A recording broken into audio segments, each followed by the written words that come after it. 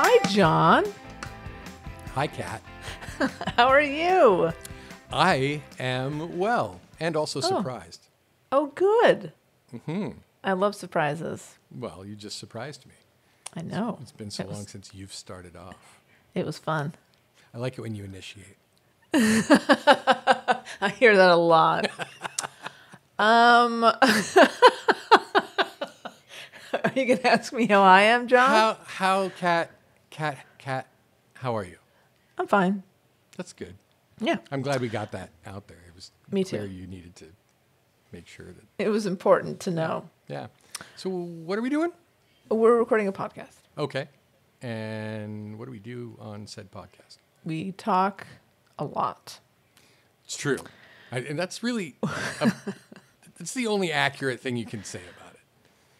I think so. Yeah, I think so. But sometimes we have like a focus or a theme, Right? like mistakes generally. Hopefully. Yeah. We talk about your mistakes. We talk about my mistakes. We Have talk them. about historical mistakes, which we call hysterical mistakes. Every time. Don't worry, Jill. It's not one of those. Nope.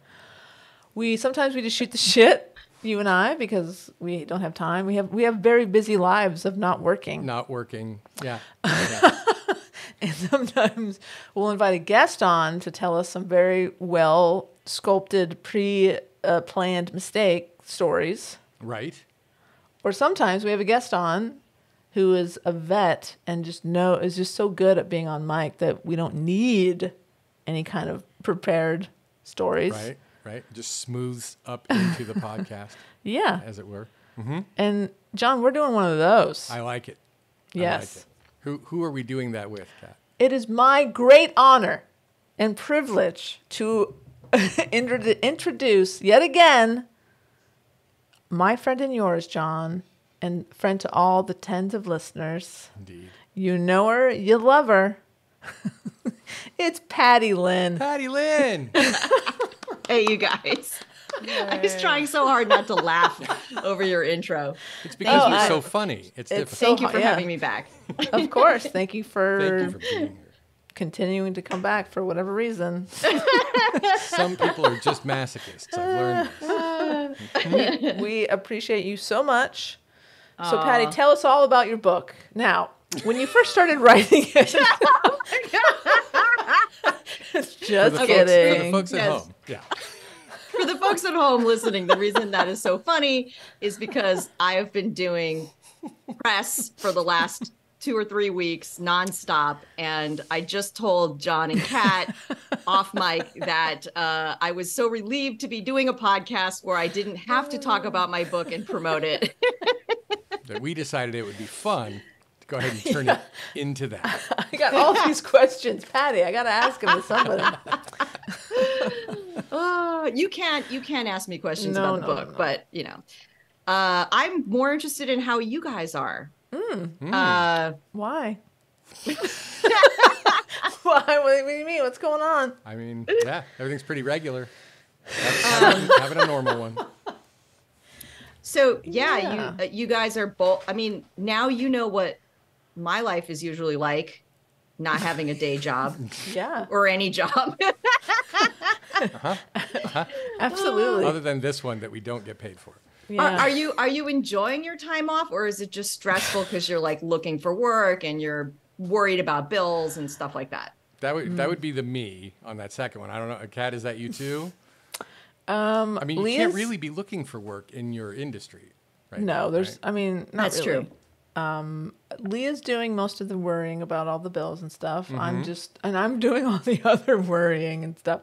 Yeah, like since the strike, there was maybe 2 weeks before we got the bad news about Cooper. And it just seems like since then, it's just been one fucking thing after the other. So I haven't Yeah. had time to stress out about work. I'm Yeah. glad that I can't imagine working right now through all this. That Oh would my be God. very Yeah. difficult. So no, I'm not stressed out about bills. I can't wait to go on a month-long road trip, spend a bunch of money. Oh yeah. And yeah, so no, I'm doing great as far as worrying about work. There you I go. don't want to go back to work. No, I don't blame you. I don't either, but I know. Yeah, The there's this bills. thing that happens because, like, I've been hunting now. It's been 3 months, so it's tough. Woof. But there's this thing where, like, just to live, especially living where we live in LA, you got to spend some money, and like every time I spend money now, it's like a punch to the gut. It's just, Yeah. it's a thing. Yeah. Are you scrimping and saving? I mean, compared to how we were living when there was a steady income, for sure. Yeah, we're definitely. I mean, we went to a concert last night because we bought the tickets before I was laid off from my job. But here's the thing: if we had gone to that concert and I was still working, it probably would have been a completely different experience. We spent not $1 other than the gas to get there. Wow. We found street parking Nice. and walked Oh my in. God. We didn't buy any merch. We didn't buy any drinks while we were there. That was easy because it's an indoor venue and we were wearing masks, so we couldn't really drink anyway. Right. But Right. yeah, like going out to a show in LA and not spending any money other than the ticket cost and the gas to get there. It's is, sad. yeah, it sucks. It's so sad. But it was a cool concert. It was Bebel Gilberto. I don't know if you know who she is, but Oh yeah, Yeah. yeah. it was a very intimate setting. I when I was in college, I was obsessed with the Stan Getz and what was her father's name? João Gilberto. Right. João, Yeah. That I loved that album. I was like so into that sort Yep. of lounge music thing, and that's cool. So where was the concert? It was at the Masonic Lodge at the Hollywood Forever Cemetery. Oh, sweet. Yeah. Oh my God, they do concerts there? Oh, you didn't know that? Yeah. We saw Oh. Wise Blood there, and we saw Cat Edmondson, probably a little bit niche. Not too many people would would know about Cat Edmondson, but Wise Blood is blowing up. Like she has become really. She sold out like the Sydney Opera House for like 3 weeks or something like that. Whoa. So yeah, so I'm probably not going to get to see her in that same like small environment again. But yeah, highly recommend it if it's a band you like there. And anybody who doesn't live in LA, nanny boo boo. Yeah. Well, I mean, I love the going to movies at the Hollywood Forever Cemetery. Oh yeah, the Cinespia or Cinespia, depending on how you pronounce it. I know. Yeah. I keep asking them because every year they ask for requests. They're like, "Oh, what would you like us to show?" And every fucking year, I request Roadhouse. You know the movie that with would be Patrick awesome. Swayze. Yeah. Of course. And I'm like, that would be like the perfect, like do that with like Dirty Dancing, like do a Patrick Swayze double feature, That would be awesome. you know, or like Ghost a triple and feature. Roadhouse? Yeah. Yeah, or do a triple feature. Add on some Point Break Dirty in there. Dancing. Ooh. Now we got a quad going now. Hell yeah. And they never do it. They never show Roadhouse. It's That's annoying. a bummer. So just so people know that the Hollywood Forever Cemetery is like this. It used to just be a regular cemetery. There's some famous people buried there. Most famously, I think Rudolph Valentino, but also Johnny Ramone is there, and that kind of thing. So a guy from Missouri came out and bought the place for a song because I don't know if you know this, but mature cemeteries that don't have much room left to bury people just are big money holes. Like you have to just like because all the upkeep for the landscaping and making sure everything's right. Oh, yeah. You end up And that paying. place is Yeah, huge. I didn't think about that. Like, how Yeah. do you gotta find a way to make some money? Well, they're supposed to have like a set amount of resources that they can draw from in perpetuity or whatever. But Interesting. they rarely have done that. So, so this guy came in and he bought the place for apparently next to nothing. He had run cemeteries in Missouri. He came out and he's like, I'm going to turn this into a venue, and we're going to have shows, we're going to have movies, and all this kind of thing. And that's how they make income. I mean, they've had big shows there. We had tickets to see Father John Misty there. We did not go because we chickened out. And we had tickets to see Angel Olsen, and Michelle went, and I was sick, and I didn't go. But so they have like big concerts out there where they show the movies for Cinespia. But Well, yeah, I mean, it costs a fortune to go to see a movie there now. It Right. used to be like back in, I don't know if you remember, like back in early, I guess it was like the early 2000s. yeah, 2003, 2004, I think. Yeah, whatever, that you could go there. I mean, it was like, I think maybe less than $15 to get in. Oh yeah, I think it's Yeah. like Uh, $8 a pop or something. Yeah, and you 10 would or just like something. show up and you'd bring your little picnic blanket and stuff, and then it just got bigger Yep. and bigger and more organized. And now it's like $35 a ticket or something like that. And Yeah, it's so awful it's because crazy. yeah, It's a lot. the time when we stopped going is when they had a VIP line. When they started having like a VIP where people got to go in first. Right. That was when it was like, okay, this has really become very LA at this point. It 'Cause, is. Yeah, I used to take my rollerblades because it's a significant walk from where they let you in to where the field is. So I would put on my rollerblades and take the blanket and just rollerblade in as fast as I could, and we'd get right up front. Oh, nice. but in order to do it, I had to rollerblade. So you can ask yourself, did I sacrifice too much of my dignity for that? I'd love to see you on rollerblades, John. Yeah, that would be fun. Not a lot of chance of that happening. these I'd pay days. $35 to see that. Would you? If you can get a few friends together, this could be a thing. This is now happening. Do you still have them? Yeah. Why? I mean, I'm just curious. Like, do you ever plan on using them again? maybe. I mean, I didn't plan on using them again, but I might use them sometime. And Why? look, when it comes down to it, I don't know if you know this, cars are very expensive right now. And I am in possession of 2 cars that only work up to a certain point. So those rollerblades might become invaluable to me in the near future. It's entirely possible. I don't know if you can rollerblade on the freeway though. You know. You know what? I wouldn't. You don't know till you try. I don't think that's a good idea. No? Okay. All right. What other things? Well, can we Patty, talk about? so you've been on this book tour.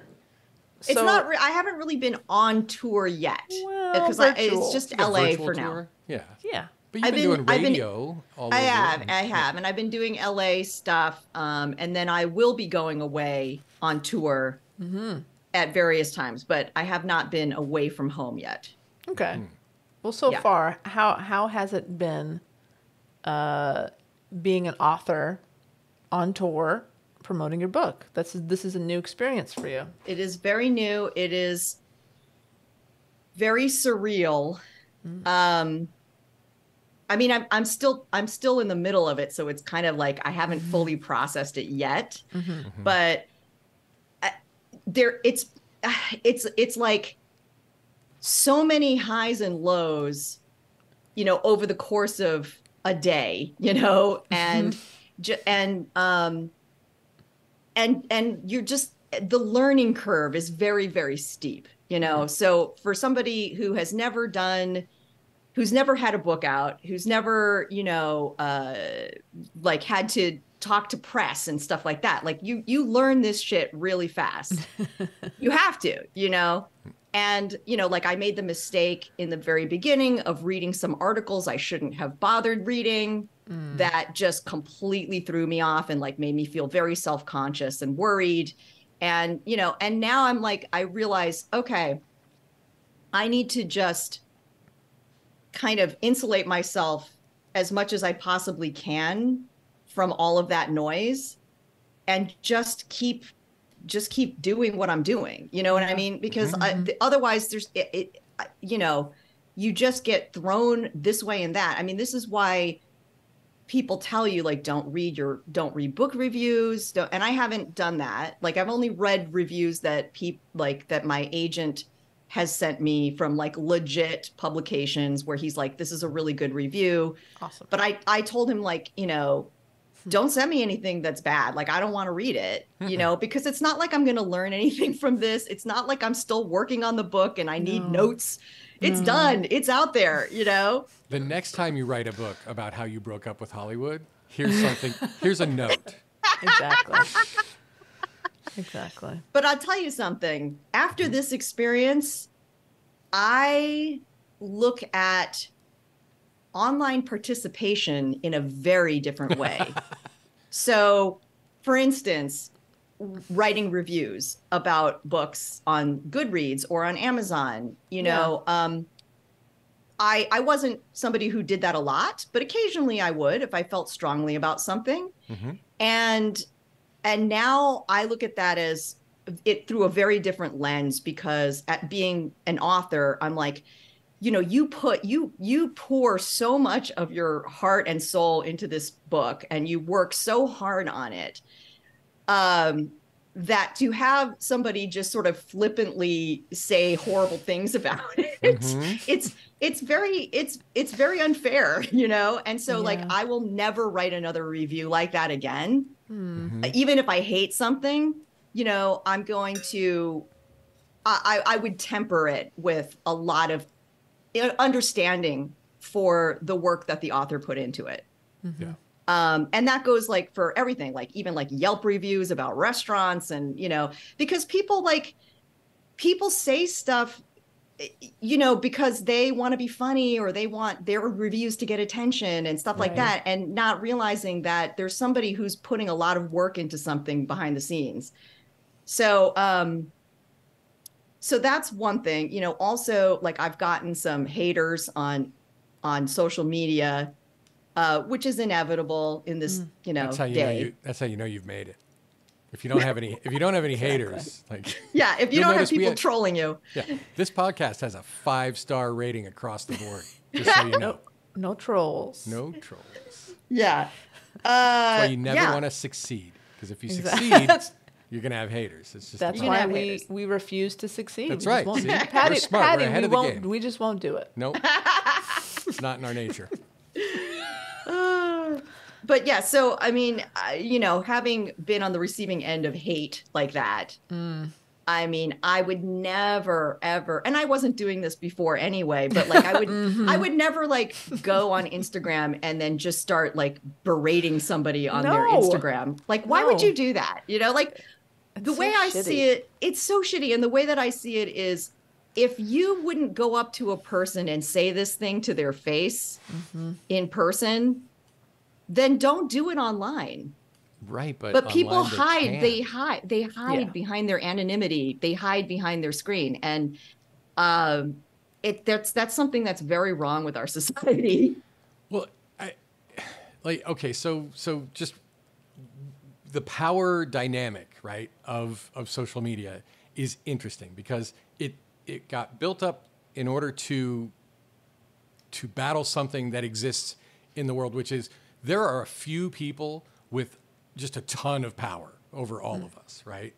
Like, and that, so Twitter all of a sudden gave everyday schmoes like me the capability of saying something at those people up there. Yeah. And sometimes they read it, and that's the real problem. Sometimes they read it, and even worse, sometimes they responded to it. So it became this thing where, I can poke this bear who in real life, I'm never going to be in a room with Elon Musk. Like, thank goodness. But like in real life, that's never going to happen. But here I can try to do this, and I can do it in a completely anonymous fashion where the odds of anybody like coming back on me like are next to nothing. So we have a lot of cowardly people who are acting like lions on social media.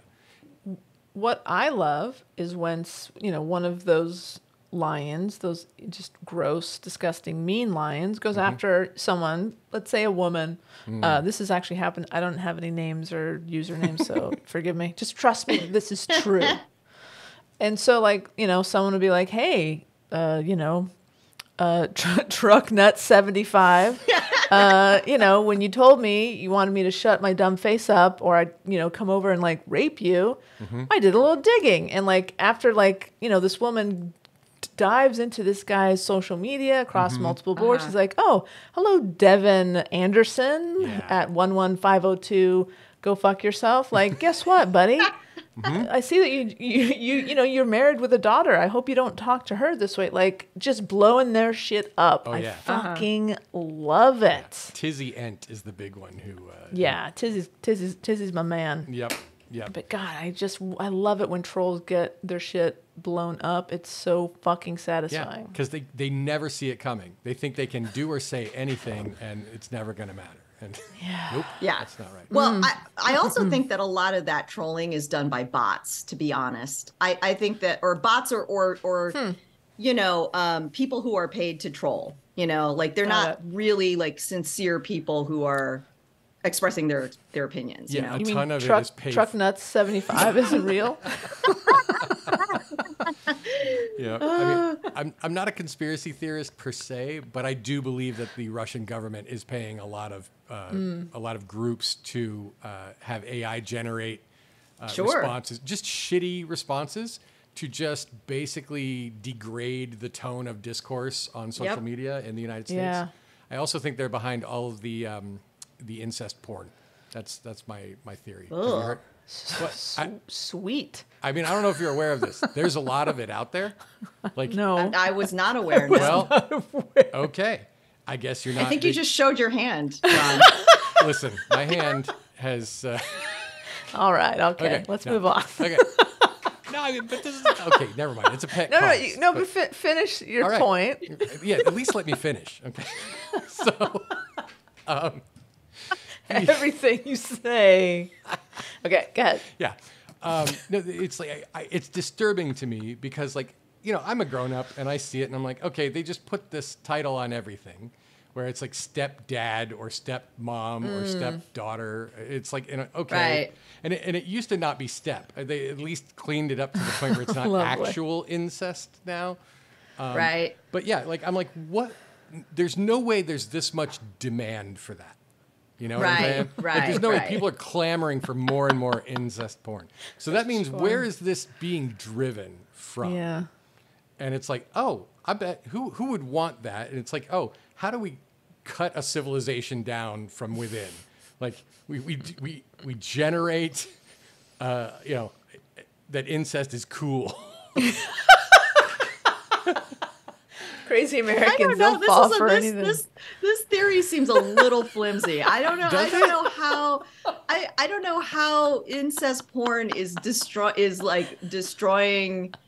I don't know. Yeah. I kind of feel like maybe it's just what's the most outrageous title that we can put on this video But it's and not get even people to outrageous click on anymore. it. It's all the time now. Like Yeah, but maybe I mean, I'm saying it probably started off as one works. of the most outrageous things. Yeah. maybe I don't know. I still like my theory because have you read any of the stuff that like the Russian trolls put out there? It's all like it's like getting you to question basic principles, and it's not even like it's not even Interesting. coherent.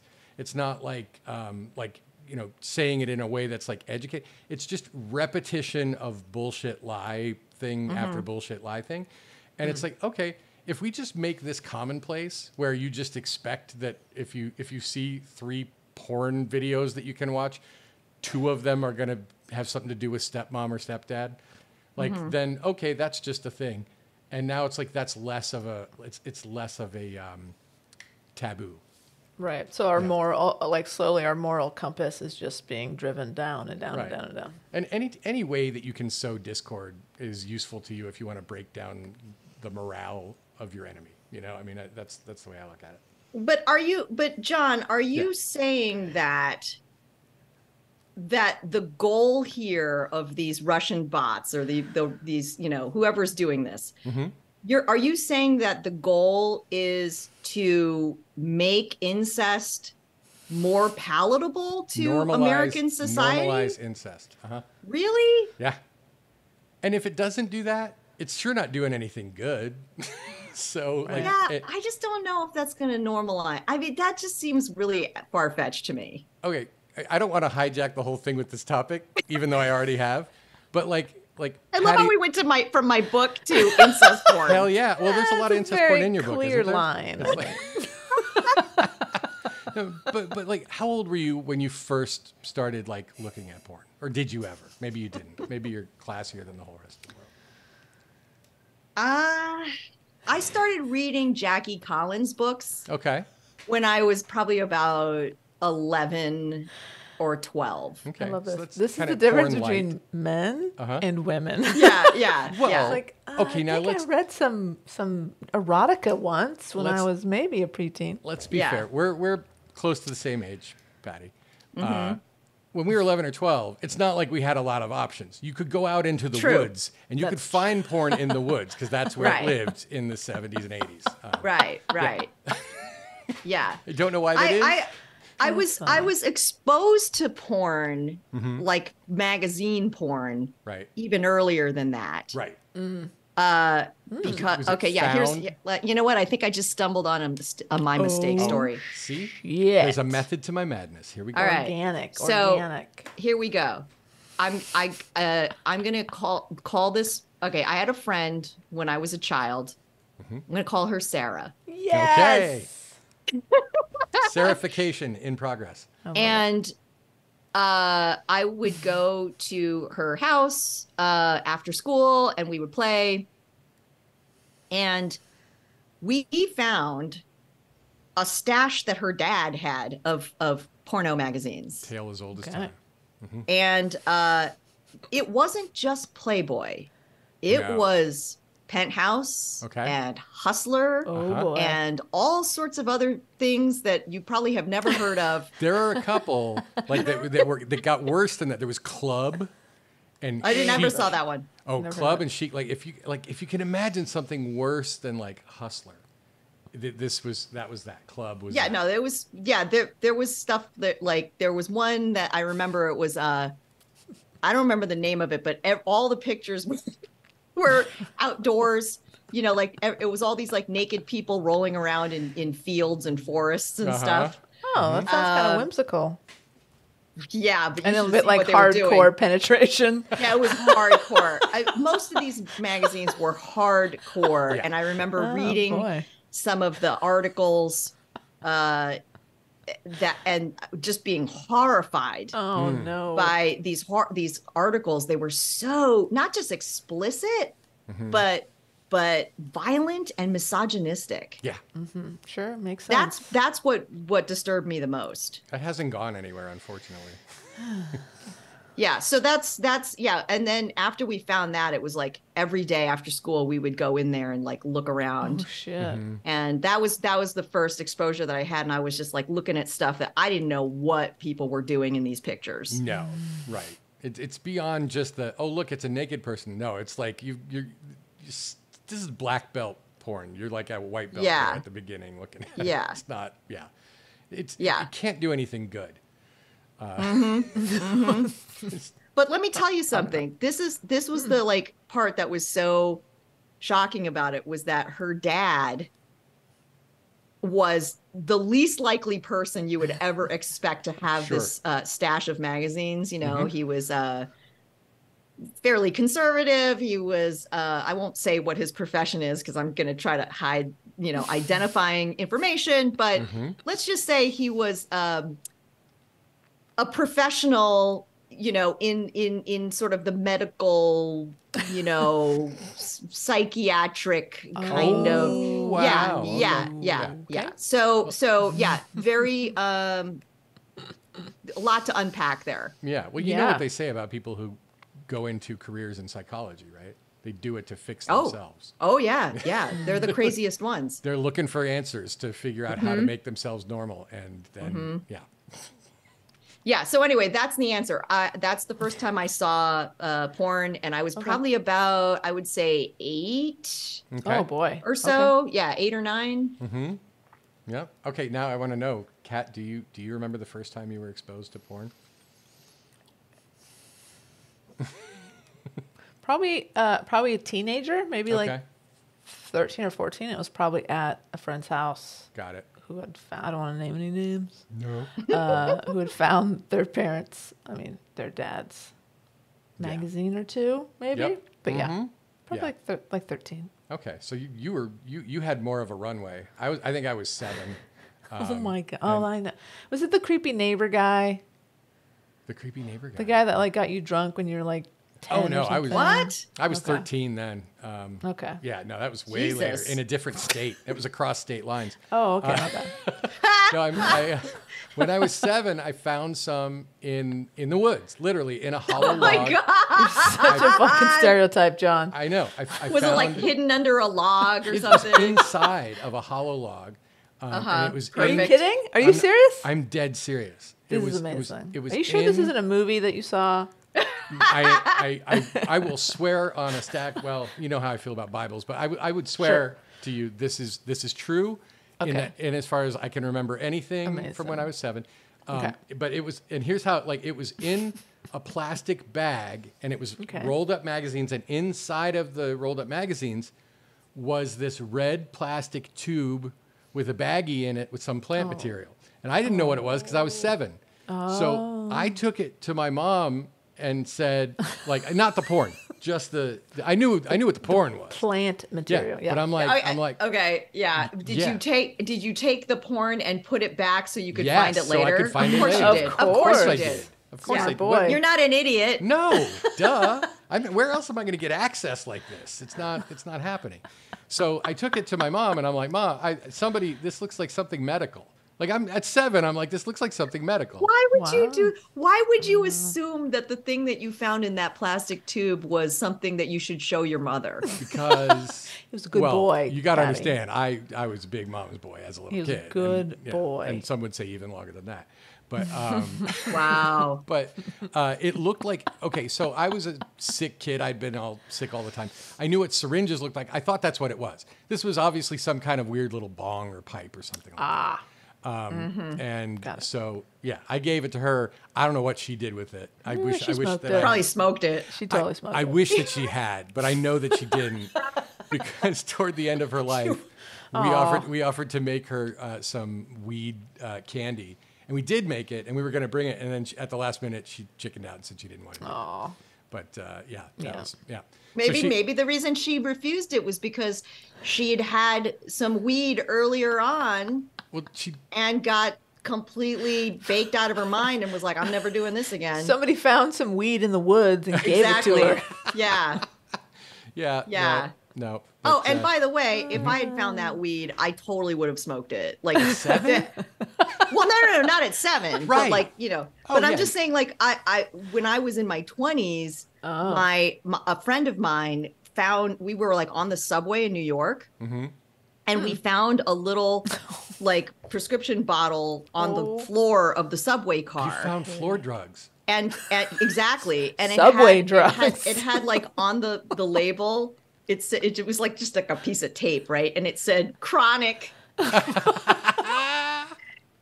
It was weed inside, and we didn't know where it came from. We didn't know anything You about it, smoked and the shit out of it, didn't we you? totally smoked it. Yeah, Hilarious. How did it go? it was fine. The It was Kron? good weed. Was it? The Kron treated you well? Yeah, not to be confused with the bionic. Ooh, bang. Well, that's why you got to put the label on it so you don't That's get right. the, Yeah. you don't get your stash mixed up. Exactly. So wait, okay. So you started off with incest porn, and then you Yeah. asked us when we first saw porn. Were you Right. going somewhere with this? Probably. That we passed that exit 2 miles ago, Patty. Yeah. No, what I was getting at, though, is that we were all very young. Now, Kat, not as Well. young, but we were all very young when we first were exposed to porn. Imagine if the first porn you're exposed to is incest porn. And then a lot of the porn you see after that. And I mean, if you think that kids now are seeing porn after we did, no freaking way. Yeah, oh, Because- no. No. Oh no, it's probably much earlier. Yeah. Right? I So have- easy now. Yeah, I've known people who have kids that aren't even talking yet, but they know how to run. They know how to work an iPhone, Yeah. right? Like to watch the YouTube videos that they want to see and stuff like that. Sure. It's crazy. So yeah, I mean, like just the fact that you can go to YouPorn, and there's not even an age restriction thing, like where they like prove that you're this. Nope. No, and it's all free. Yeah. I mean, look, we all of us are child free. Yes. So we don't need to Amen. think about our children growing up in this society. I just leave Nope. porn and guns laying But- around the house. All over the place. But I mean, honestly, like if you had children, like what would you do about that? Like Oh, would you God. just kind of throw up your hands and be like, this is just what they're gonna experience? I have no idea. Or would you idea. sit down and talk to them and like be like, hey, little Johnny, um, I probably You know, would sit down and yeah. go, hey, little Johnny, here's the deal. There are things in the world that you're going to be ready to see someday and that maybe you're not ready to see right now. And so if you run into these things and you have questions, please let me know. Yeah, I mean, that would be... he's not going to ask you questions. Come on. Okay. Thank you, If you- Father. okay, I will here- come to you, Father. Here's the thing. Remember, who's the kid who took the weed to his mother? That's true. Yeah. Yeah, but you also left the porn in the log, bro. Yeah, I did. Yeah. I mean, Because I you knew- knew I knew. you were going to go back for that. Yeah, and I did. Yeah, I'm not... I did. Was it ever not there when you went one time? It probably, I think it did disappear. I think because the problem was little kids will do this. They'll be like, they'll brag about like, oh, I found this, and that, and they'll be like, where is it? Not going to tell you. But the thing is, there are only so many places in the woods, right? Like, That's fair. there you go. So yeah, somebody else probably, I think they did find it toward the end. Oh boy. Toward the end. That's hilarious. Toward the end of what? I don't know. Toward- before I moved from that condominium that I lived in. I see. Uh-huh. Anyway, so let's see if we can get this back Yeah, on. let's. What do you mean? What's, I don't know if what's there the is a track. I'm the- There's no track. I'll just circle back and Yes, say please. that that I don't want to make it seem like everything with this book promotion has been negative. That is not true at all. No. It has. Yes. There's been amazing parts of this, first of all, getting messages from people who've read the book and are like so moved by it. Wow. I mean, that is amazing, and some of these people are complete strangers who just felt so strongly that they wanted to write me a letter and tell me like how much, it meant to them and how it made them feel seen and all this stuff. And then there's a whole other group of people that are like old friends of mine from childhood that I haven't seen since third grade, and then there's a whole other group of people that are like TV writer friends that I lost touch with 10, 15 years ago Oh, wow. who were there with me through a lot of these experiences that I wrote about in the book. And they're like, yeah, you nailed it. Nice. Wow. Like, that's Yeah. really satisfying to hear. Yeah. And it's really fun to reconnect with those people and just sort of like, get back in conversation with them. So that's been amazing. And then just like being able to talk about the experiences that I wrote about in the book, a lot of them very painful experiences that I had in my career and that I felt a kind of ashamed of for a really long time, because I was taking on responsibility for things that I shouldn't have been, like, oh, well, like I got fired, so that must mean that I'm a bad writer and, that sort of thing. And, having written this book and put it out there into the world and, been so honest about it and then being able to talk about it in public, it's this amazing experience of really just taking all of the stigma off of it. Like I was doing a book event with somebody and they were, interviewing me and they were asking me about this experience that I wrote about when I worked on Breaking Bad, where my boss had rewritten pages of my script and I didn't know about it because that's just what he did, and Yep. and then I was like on the set supervising the shoot of my episode, and then all these people started screaming at me because they didn't get the new pages and some people didn't, and I was like, what new pages? Because I didn't even know that a rewrite had come out. And it was one of the most humiliating experiences of my life. It was so painful that I blocked it out of my memory until I started writing the book, and then it started to come back to me.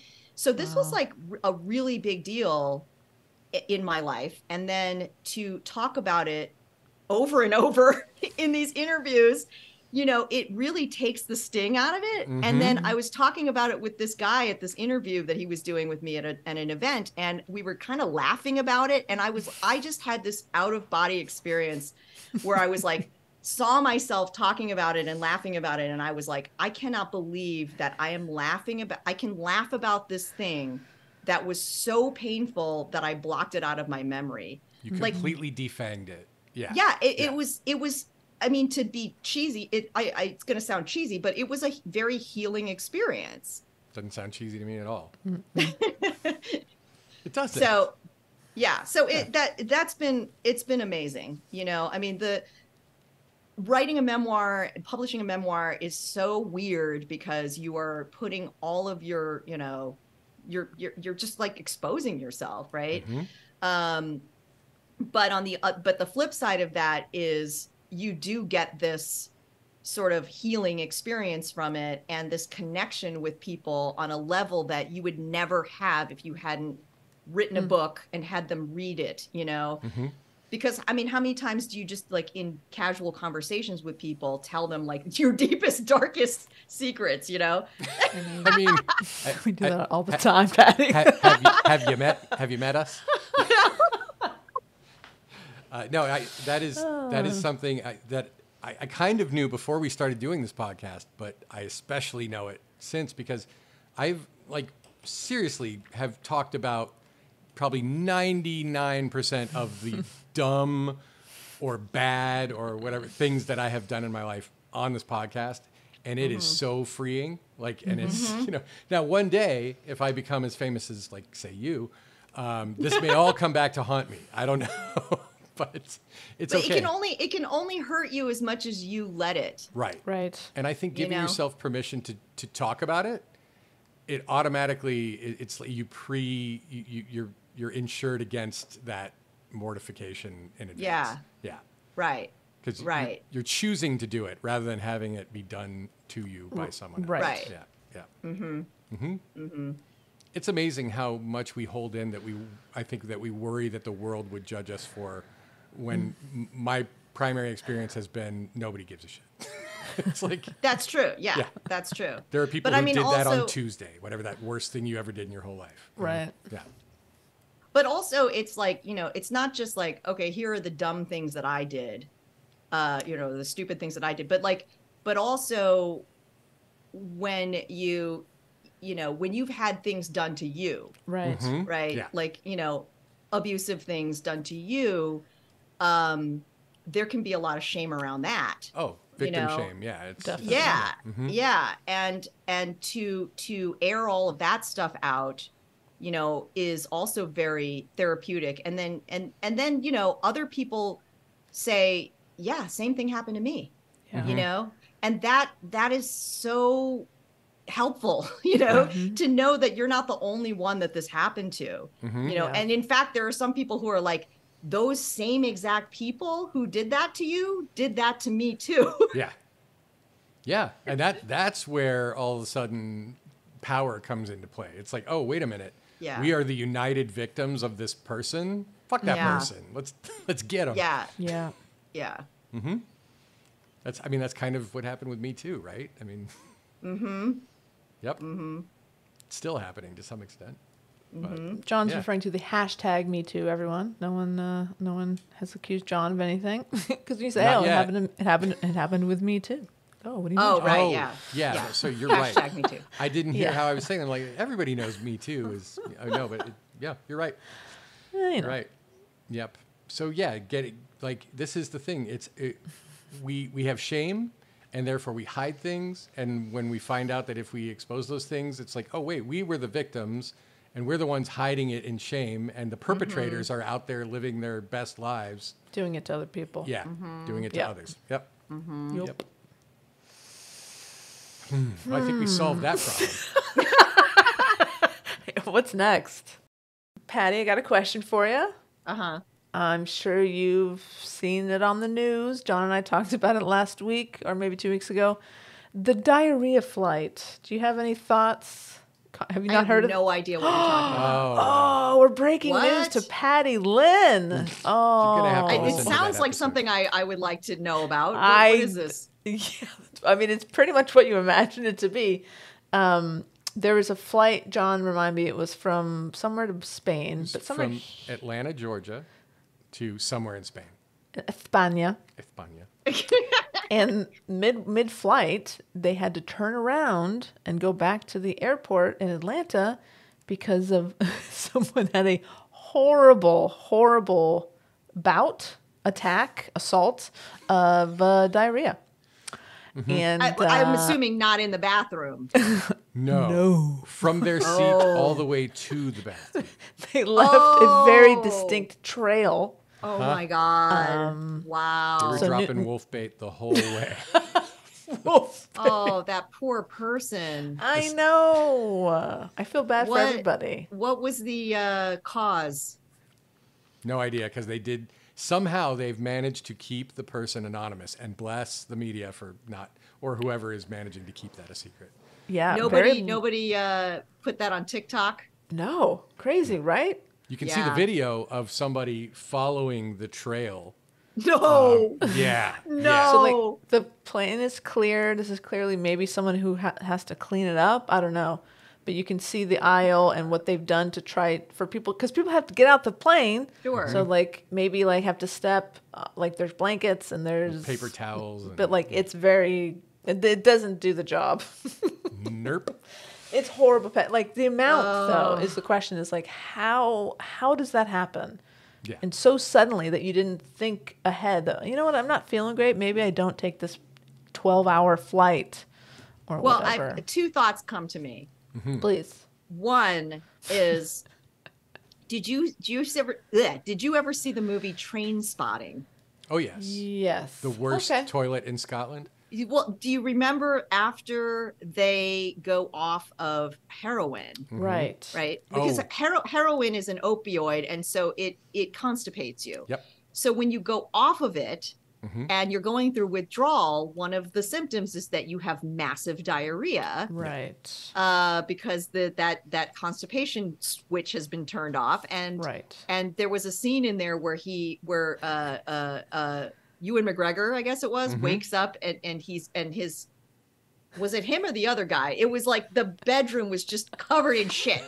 That's so fucked up. Well, Ewan McGregor he put the suppositories, the opioid suppositories in, and then it had been long enough that it kicked out, and he was running for a toilet, and Yeah. then he finds, and there's a freeze frame, and they put up a title card Yes. that says the worst toilet in Scotland. Right. And so he gets to it, and he actually is able to evacuate his bowels into a toilet, but then he suddenly remembers he was waiting on those suppositories to kick in. Oh yeah. So then he dives down in, and then it looks like he's Oh, in this. Yeah, God. That's disgusting. I know. There's a lot of poop in that movie, apparently.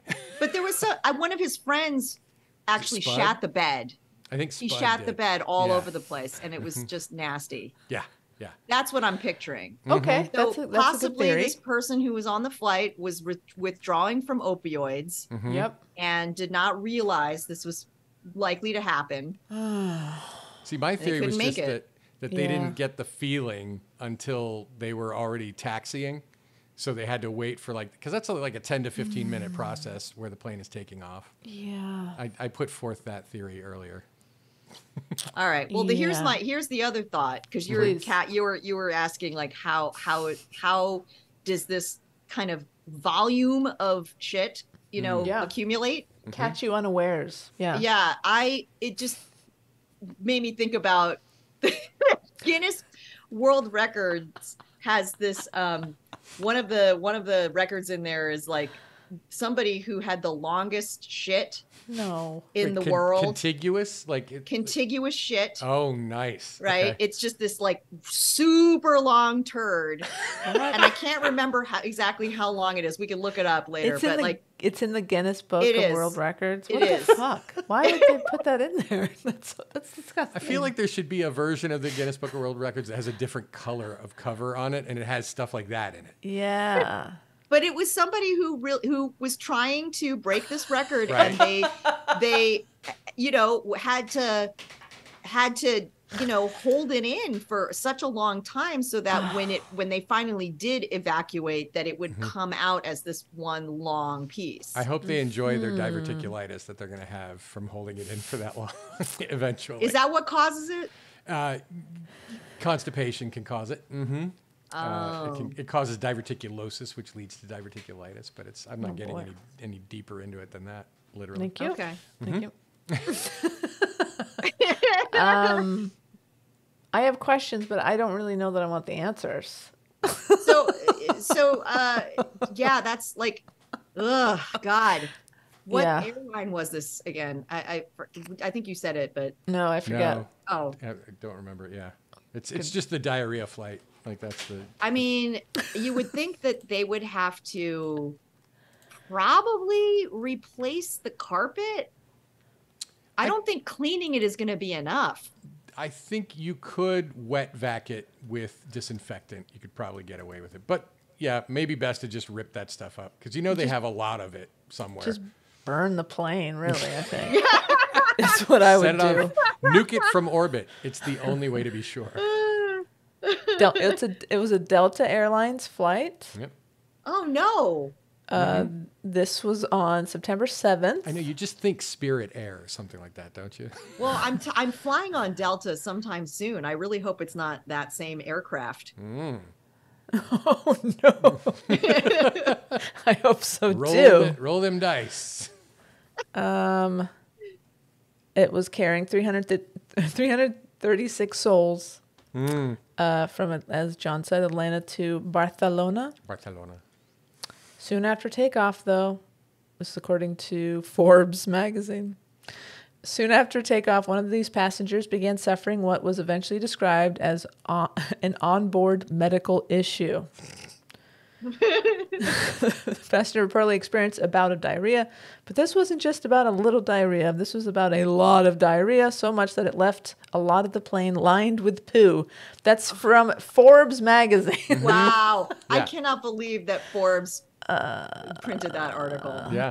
Wow. This is like know on the the lighter side. Right. The stated reason for them turning around was that they had a biohazard situation. Yeah. Well, that's true. It is true. You could end up with E. coli out of that. It's Here's my question. I mean, I don't know if you've wondered this, but my question is, how many people barfed when Oof, that yeah. happened? Yeah. Because I would probably barf. They have bags for that in the seat. Yeah, but know. still, like, 336 people. I'm saying at least, because the people who were directly next to the stream of diarrhea, I'm thinking at least 50 people Yeah. Well, lost their cookies. Right. yeah, not lost their shit. That was the other person. Yeah, but thank they here's the thing too. If you got to figure, along with the fact that you're dropping wolf bait in a straight line all the way down Wolf the bait. aisle. I've never heard wolf bait before. I stole it from Weird Science. He's like, yeah. Anyway, the you're doing that. You got to figure, like, when you have diarrhea, it's not just stuff coming out. Like, you're crop dusting along with that as you're walking down the aisle, as you're hobbling down the aisle. I'm assuming. Absolutely. Yeah, and let's face it. What's eye level to a standing person when you're God. sitting in the seat? Front you row don't- seat. I'm never sitting in an aisle seat again. I mean, I would definitely barf. Like, so I don't know if you ever watch Jackass. Yes. Okay. I'm not a fan, but Mike loves it. Yep, sure. I can't say I'm a fan, but I love to watch it. It's two different things I in think my you, head. well, okay. But yeah, so there's a shit ton of, no pun intended, a shit ton of pranks that they do in that movie or in the, in the series that revolve around shit. Yes. And every single time they do something where someone shits, like they had one guy, he had like, there was one dude who was wearing like a space suit with like a space helmet on. And then there was a tube that went from the helmet down to the other guy's ass. And then he was the guy who was on the other end of it was supposed to fart and gross out the guy with the helmet. Well, he shat instead. Yes. Cool. Chill. Took a shit, and the Hilarious. guy with the helmet like had direct access to that smell and just immediately started barfing in this clear space helmet.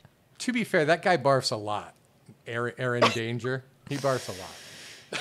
I mean, I don't blame him for barfing in that context. That's disgusting. That is so gross. Yeah, it really is. He's known as the bulimic of the jackassers. Wow. Not to make fun of that. Good recovery, John.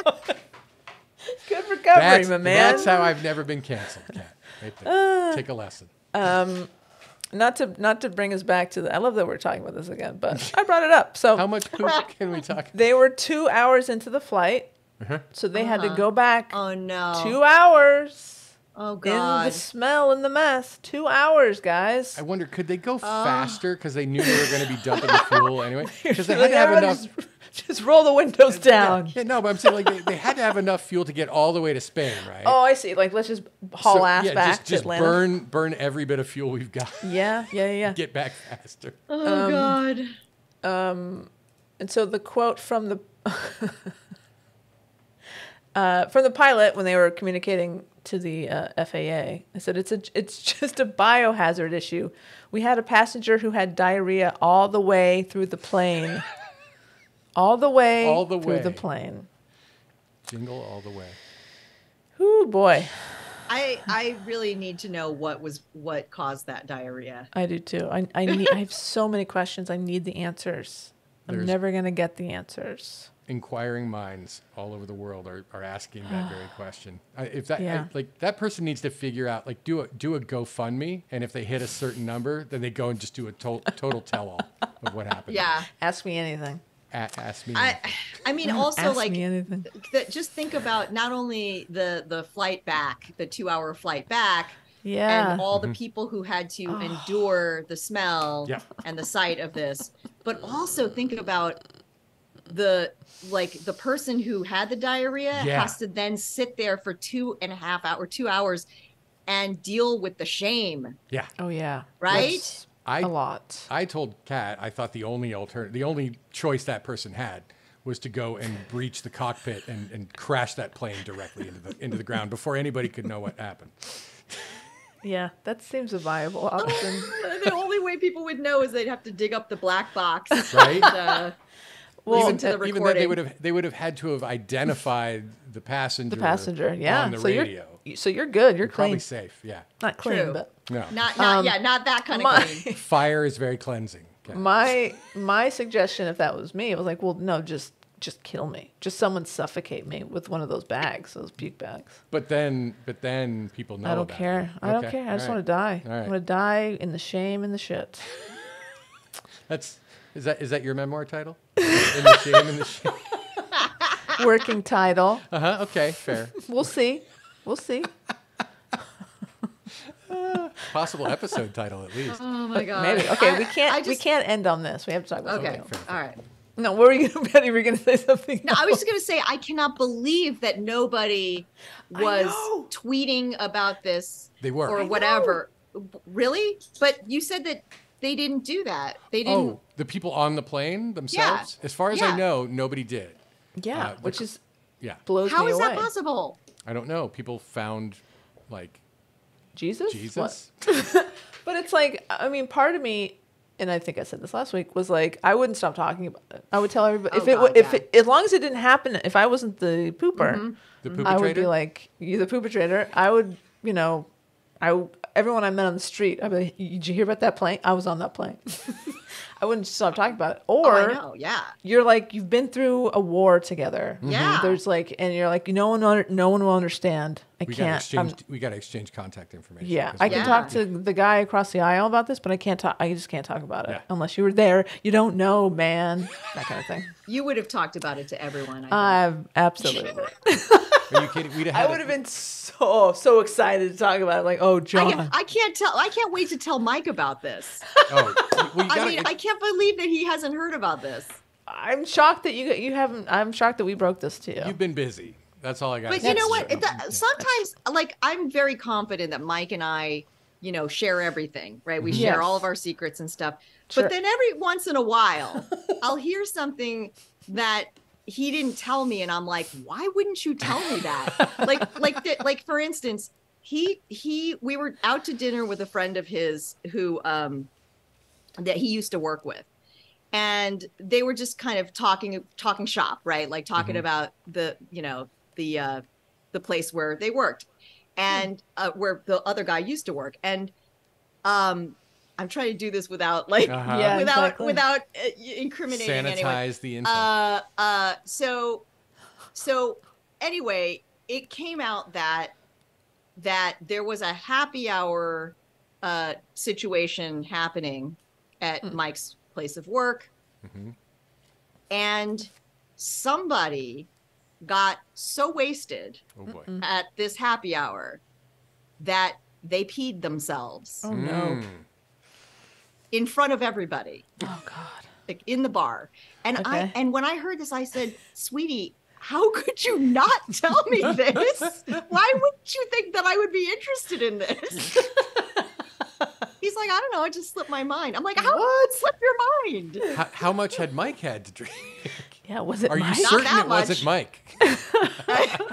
Pretty certain. All right. Pretty certain. But like that's the sort of thing that, like, you know, I just, yeah, like why wouldn't he just immediately come home and tell me that? And so when he hears about the diarrhea flight, he's gonna be looking that thing up and reading articles about it Yeah. for hours. And he may be able to access more information than we have. Probably. Yeah. Yeah. So Yeah. honestly, if he gets some more info, can you guys come back on next week? Like Sure. I need to know everything that he finds. I will share all the information I get with you. Thank you.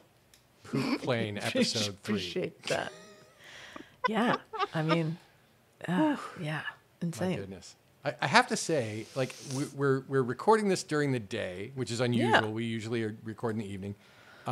I thought it would be much tamer, but I feel like we got this is way more after dark episode than. No, I don't Yeah. think it was. I think it was kind of tame. Yeah. No. John Okay. brought up incest porn like 10 A minutes lot. in. That's true. Like a That's lot. true. Yeah. And he kept talking about it.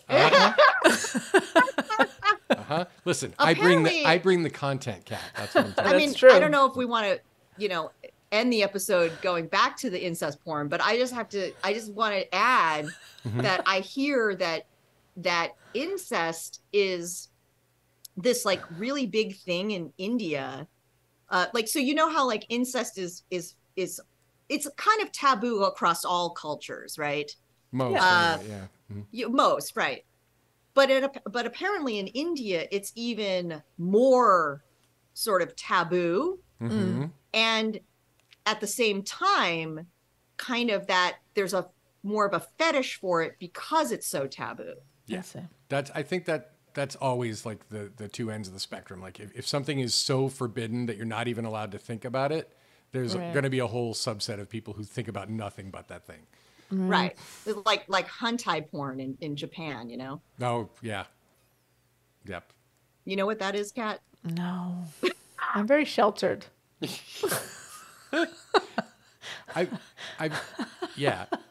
The hentai is like, you know what manga is? Yeah, the anime Right, right. Well- books, right? Hentai is manga, but porn. Oh, okay. So, So- yeah. Oh no, Sweet. but it's specifically octopus porn. Oh, no, Oh. that's only one. That's What? only that's only Oh. one chapter of hentai. Oh, okay. I thought it was only octopus porn. No, Okay. it is like tentacle porn is Tentacle like, porn, yeah. That is a subset of hentai. Yeah, but there's Right, and it's a big thing. Oh, yeah. in Yeah, yeah. in Japan, I guess because they're it's a seafaring culture,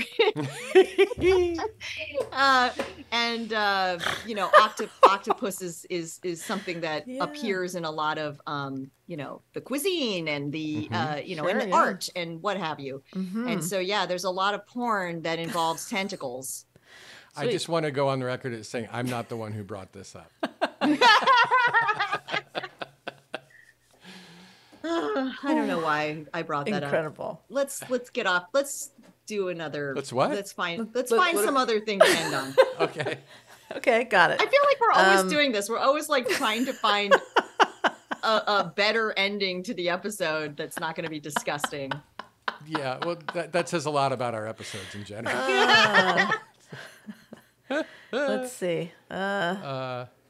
Incest porn, no. Octopus porn, no. No. Diarrhea on a plane, no. No. I think covered all of our topics. aren't those all the subjects? The universal stories? I think so. Mm-hmm. That's what they teach you in communications class. Mm-hmm. Mm-hmm. It's not true at all. I never went to communications class. I got an F in that one.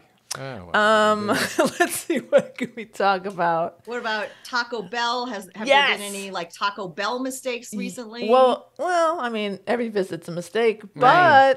they're bringing back the chicken roll-ups. Do you guys know about the chicken roll-ups? Hold No. on. They, The it's like taquitos? every day they bring back something from the past that I never even tried the first time this and like- wasn't even aware of. Is this like flautas or Kind of, yeah. yeah? Yep, they're back. They're back. They're back, They're baby. back, baby. I mean, calling a flautas a roll up is kind of insulting. Completely. Yeah. I've seen them called taquitos, roll-ups, flautas. What? There's probably something else like. But Wow. a roll up is like, it makes me think of like fruit roll ups. Right. Well, it's a Yes, tortilla well, roll-up okay. with some stuff So in it. technically, according to TacoBell.com, they're rolled chicken tacos, but they're taquitos slash taquitos flautas. slash- So it's Yeah. chicken and cheese rolled up in a tortilla. Absolutely. Don't forget beans. Tortilla. There's probably some. No. No. I think refried it's just beans? I think it's just chicken and cheese. Yeah, Queso. because everything then has you can't cheese. call it a taco. Well, they are, John. It's Taco Bell. I think they know what they're doing. Did they invent the taco? Now, By the way, when I told Mike that they think had they did. those grilled cheese dippers, he immediately went out and got them. what do you think? Immediately. What do you think? Eh. he didn't love it. All right, that's fair. It's no double down. It's not for everybody. Yeah, it's no double Of down. course, I'm the only one who really loved the double down. I think Have you tried the KFC chicken nuggets yet? I have not. No. I had them. I was not impressed. But Oh, okay. I do think that maybe it was just because the KFC I went to was not yeah. good. Yeah, You have did a you get bad 'em- KFC. You do, yeah. Wherever you got that double down, because I saw the photo and it paled Oh no, in I got comparison I got the nuggets from a different one. Oh, okay. no. Yeah. But Okay. that one was also that KFC is also not great. Hmm. So And you knew It's so sad, Patty. I know we You're need, surrounded we need by better shitty KFCs.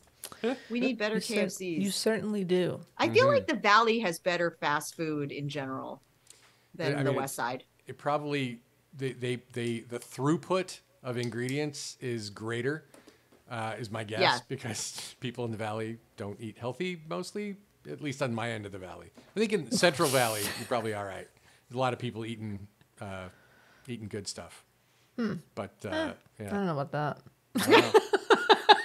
I mean, I don't know. yeah, people eat fast food everywhere, but I mean, so here's a fun little jaunt that Mike and I did the other day.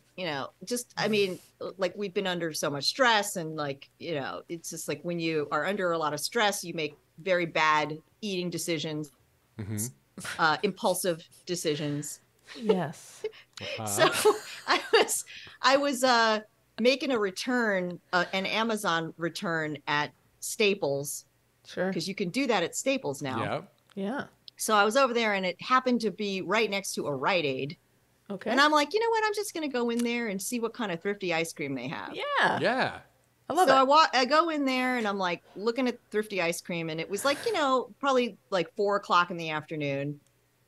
And it would have been a fine time to get an ice cream cone, but I was like, I want to wait and do this with Mike. Aw. I'm gonna wait for my husband, So and sweet. we'll do this as a dessert item. Very cute. So so I told him about it. I'm like, yeah, they've got black cherry ice cream, which he loves. so He loves good. anything Yeah. cherry flavored. Mm. And I was like, well, how about this? After you get home from work, we'll have dinner at home, because I had already prepared something. And I was like, but then after that, we can go get a thrifty ice cream cone. There's a Ralph's right next to it. We can go pick out our pumpkins, because they Aw. were selling pumpkins already. And I'm like, you know what? I morally am opposed to buying pumpkins this early, but if you don't, they sell out and then you can't get them in October. Our whole front porch right now is just covered in little gourds and bigger gourds, and yeah, Good for you. It's decorative gourd season. It is. It is. Just ask Michelle. Cute. I love it. So yeah, and I'm like, we'll go get pumpkins, and then across the street there is a Marie Callender's Oh my God. and a McDonald's right next to that. So I'm like, we'll go to What Marie the Callender's, we're fuck? gonna get some pie, What? and then we're gonna go to McDonald's and we're gonna get some fries. and a Patty Coke. Lynn, I wish if you weren't already married, Patty, and if I was never met Leah, you are my dream woman, Patty. And I told Mike this plan, and he was like on board immediately. Like there was no twisting of arms that needed to happen. The So, perfect yeah. couple. So we ate dinner at home, and And you're then both so went damn out. thin. I don't. I get know. It. We're not It that thin. drives me Dude, no. crazy. I'm in my tunic wearing phase of my life now. I'm wearing Eileen Mrs. Fisher Roper? now. But they're some cute tunics, Patty. Don't sell yourself too short there. Oh, thank you. But yeah, so no, we shouldn't eat this way. But you know, when you're stressed out and and it's available, it's hard to resist. So we did the whole plan, but we kind of did it backwards because we found out that Marie Callender's was closing early-ish. Okay. So we went there first. Like my after God. having a full dinner, we went to Marie Callender's to get pie, and I was like, oh, but that shepherd's pie combo looks really good. No, you did You not. bang So I bang. got You I did got a bang bang. second dinner. You had I got second dinner. I had a second Again. dinner. It This- was like a shepherd's pie with a Caesar salad on the side.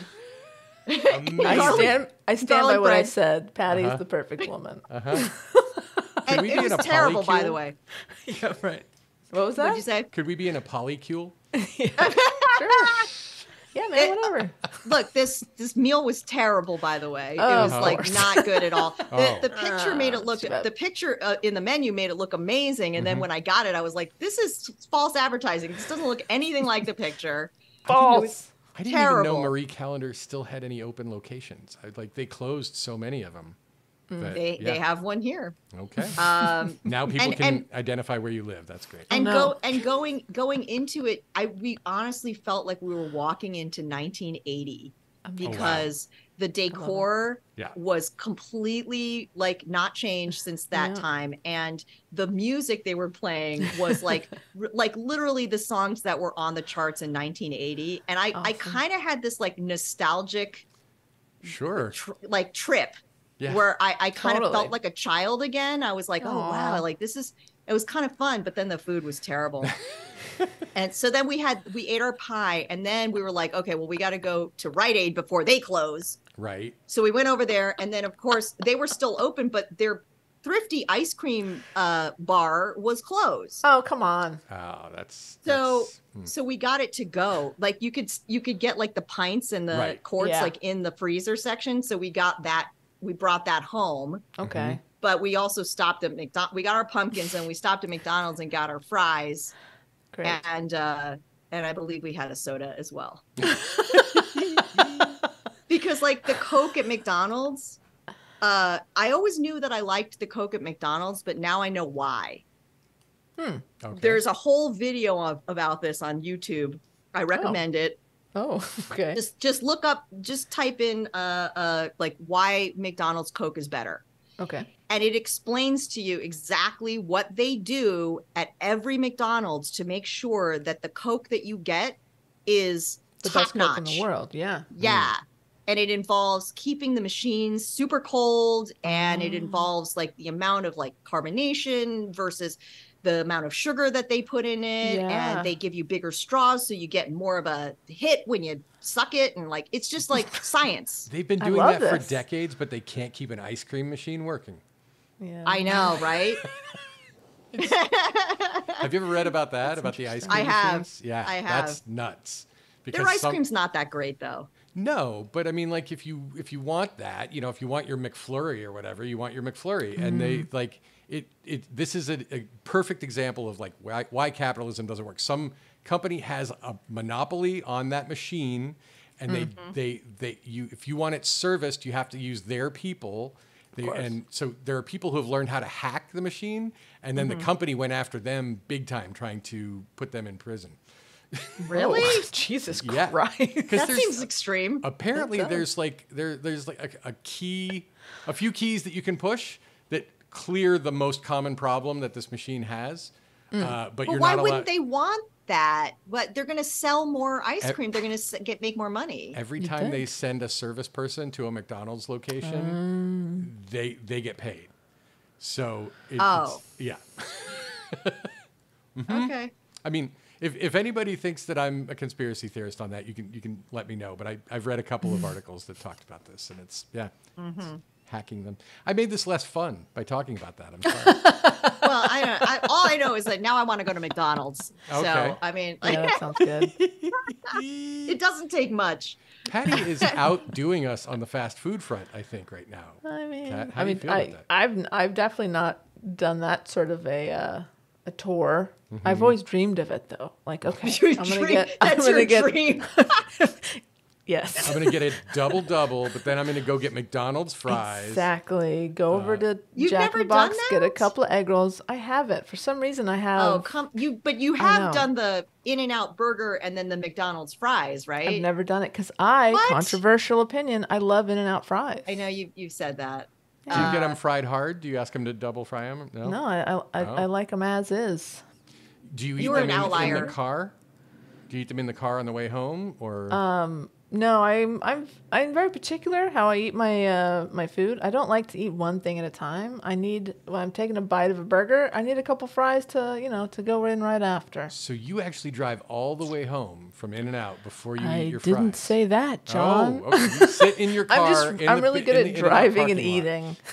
Okay. I bet you if we cleaned all of our cars, we would find a shit ton of like fries on the floor under the seat, maybe like a couple of tater tots or For like, sure. maybe even like a little bit of a chicken nugget or Some something. wilted lettuce. Yeah. For the Some first barbecue 10 sauce. years, for the first 10 years I owned my car, I was like, nobody eats in this car. And then, Oh, but please. then once the car starts to get a little shitted up, it's like, all right, well, now you can. When you live in LA, you have to eat in your car because you spend so much time in your goddamn car. Yeah. Like it's just you have to be able to just live in your car. Yeah.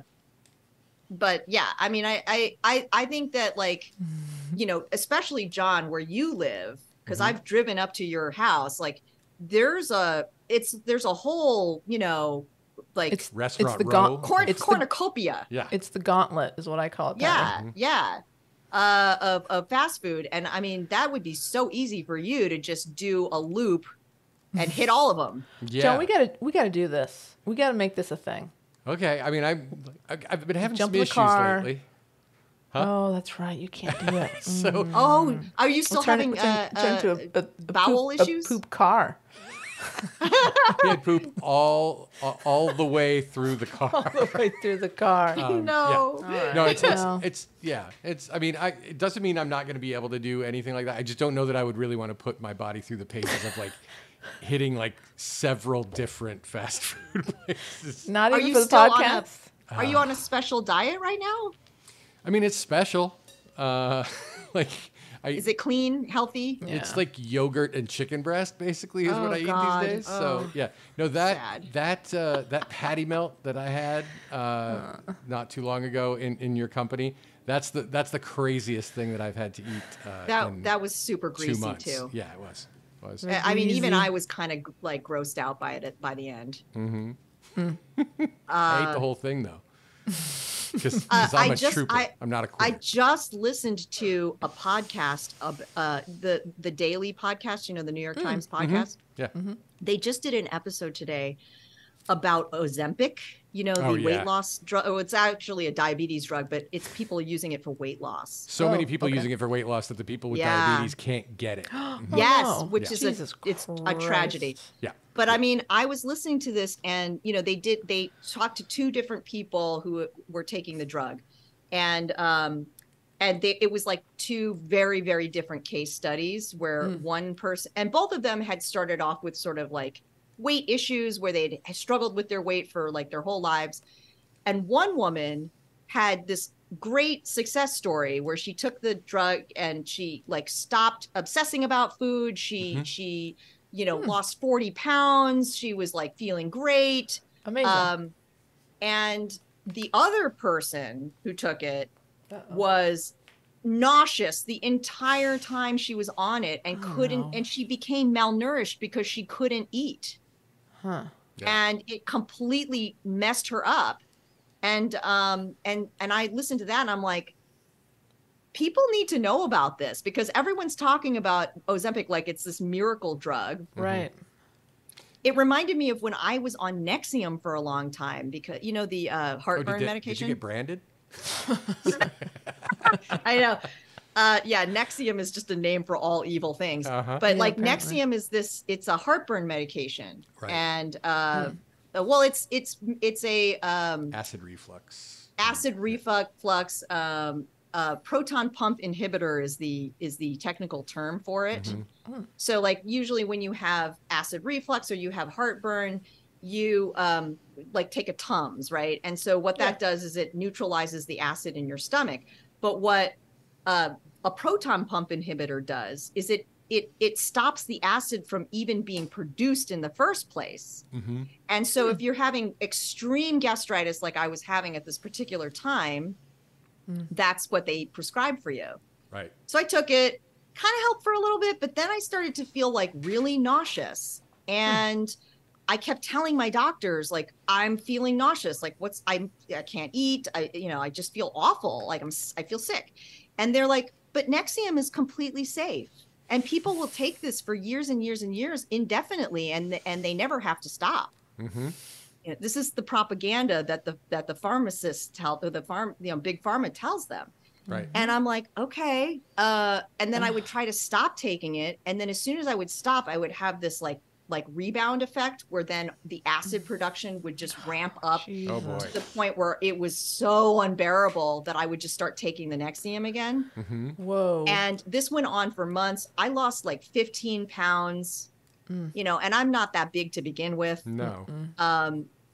And I felt sick. It was awful. Like I could eat like maybe a quarter of a sandwich and then I wanted to throw up. So Where can I get this drug? no, but believe me, you don't know. want it. Like I know. it's Sounds a horrible. terrible feeling to Yeah. to feel nauseous like that all the time, and you never Yeah. know when it's going to hit you.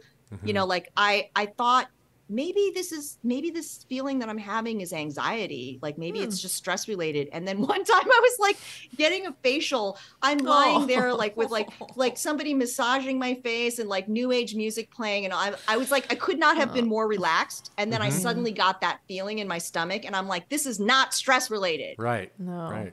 And eventually after months and months and many medical tests that were unnecessary, I finally just stopped taking the drug.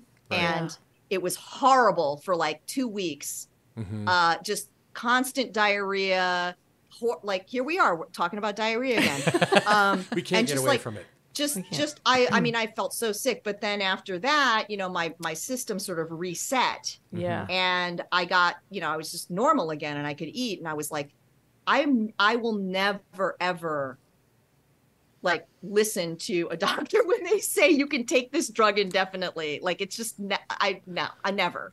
Well, even after you told them, like, I don't feel well. Yeah. This is, I don't feel good. I'm like, no, Patty, you don't know your own body. Okay. Yeah, it's gaslighting. Yeah. Exactly.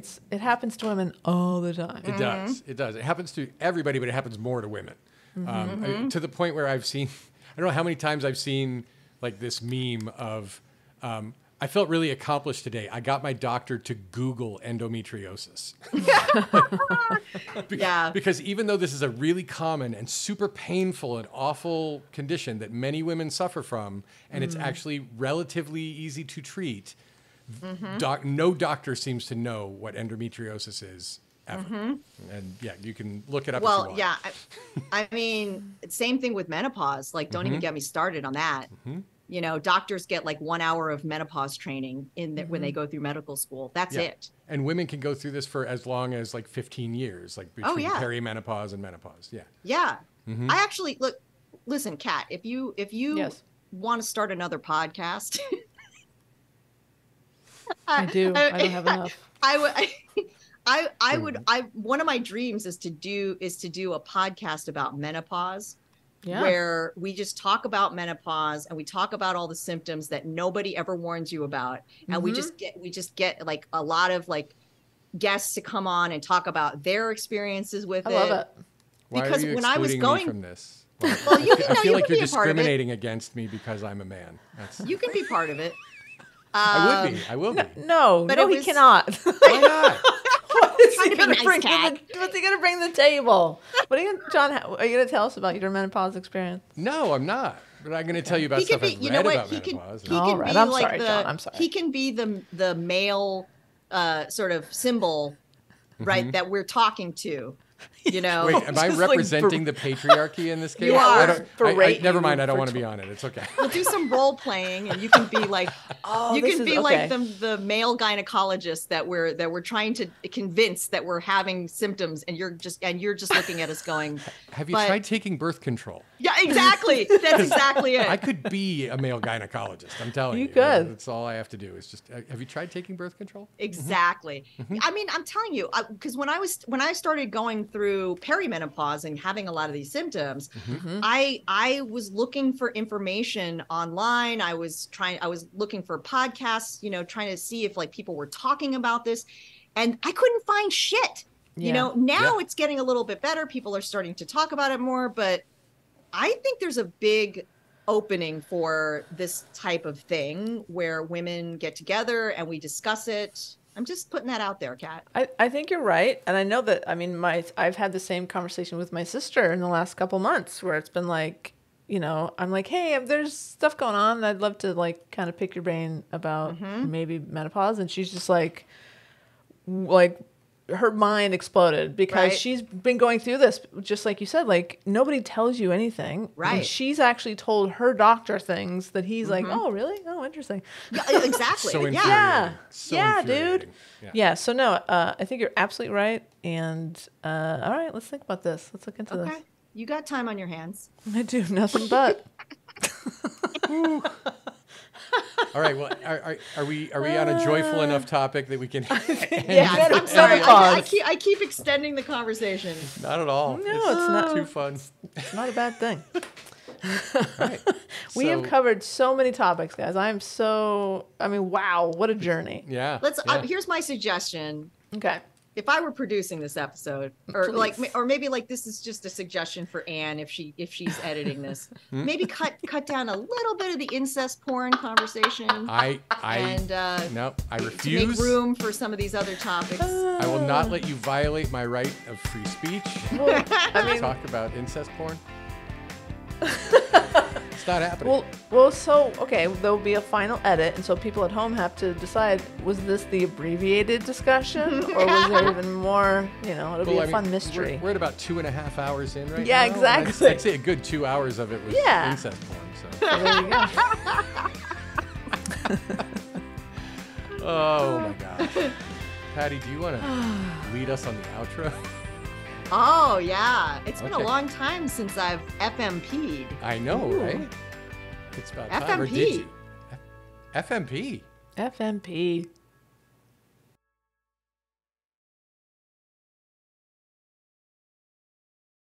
You're gonna look back on your old ass wiping ways Uh huh. and think how barbaric it was.